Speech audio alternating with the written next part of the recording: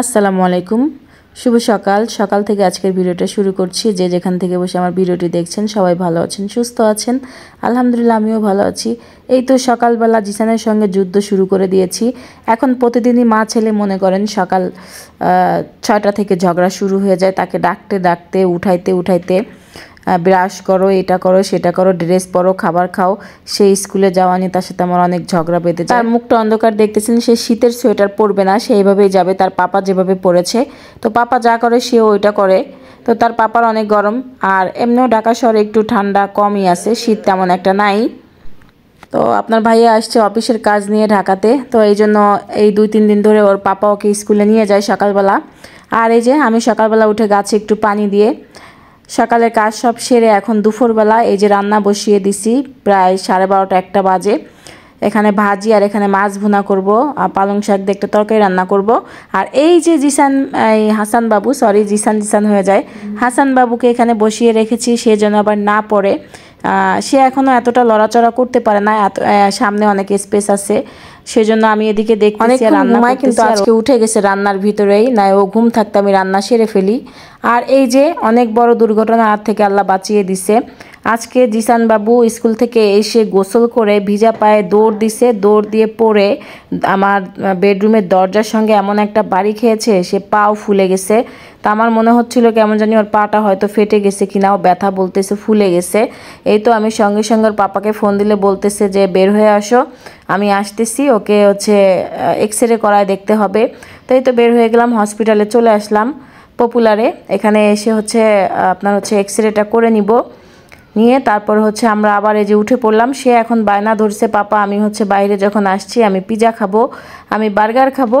তো এক এক সময় বলতেছে, মানে কি রেখে কি খাবে, ছোট মানুষ তো তার পাপাকে কাছে পায় না। তো অনেকদিন পর তার পাপাকে কাছে পেয়েছে, সেই জন্য তার বায়নাটা একটু বেশি আর কি। তো আমরা এখন পিজার হাটে চলে আসছি, 6 নম্বর সেক্টরে পিজার হাটে চলে আসছি। এখানে প্রচণ্ড ভিড় থাকাতে আমরা ওখান থেকে বের হয়ে এসে আবার আমরা বিএনএস সেন্টারে গোল্ডেন পিজাতে চলে আসছি। এই তো আসার পরে এখানে একটার পরে একটা খাবার অর্ডার দিয়েছে, ওর খাবার চলে আসছে। তো ওর কথাগুলো আপনাদের শোনাতে পারলে আমি আসলে খুব ভালো হতো। তো ও কোনটা রেখে কোনটা খাবে, ও মানে কথায় আছে না যে যার পেট ভরে তো চোখ ভরে না, তো ওর অবস্থা এরকম হয়েছে। অনেকদিন পর বাইরে আসছে, তো সে কোনটা অর্ডার দিবে কি করবে সেগুলা শুধু করতেছে, খাওয়ার ভিতরে নাই। এটা একটু খাচ্ছে, ওইটা একটু খাচ্ছে। এই যে একটা সেট মেনু অর্ডার দিয়েছি, তো এই যে সসেস খাচ্ছে এখন।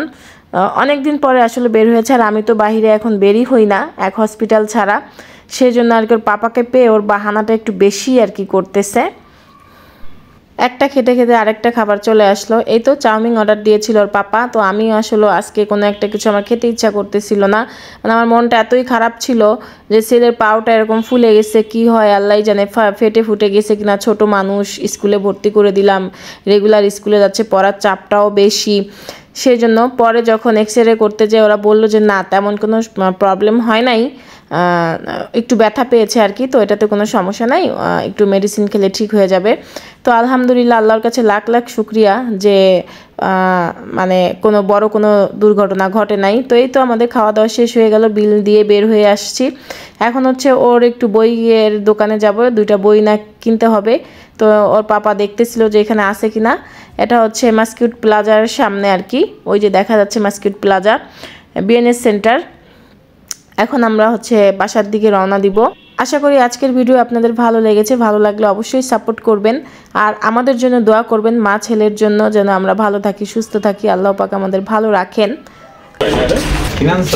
না আরো আছে বাচ্চা দিতে, কয়টা 6টা দিছিল, মানুষ 5টা নিয়ে গেছে। আর বন্ধুই নিব, তাই কি দাম রাখছো? আমরা তো আমার বন্ধুই রাখছে, আমার মনে কথা না যে নকটা কেটে দাও না, বাচ্চা নক করে যায় না, সময় একটু বড় হলে নক করে দিব।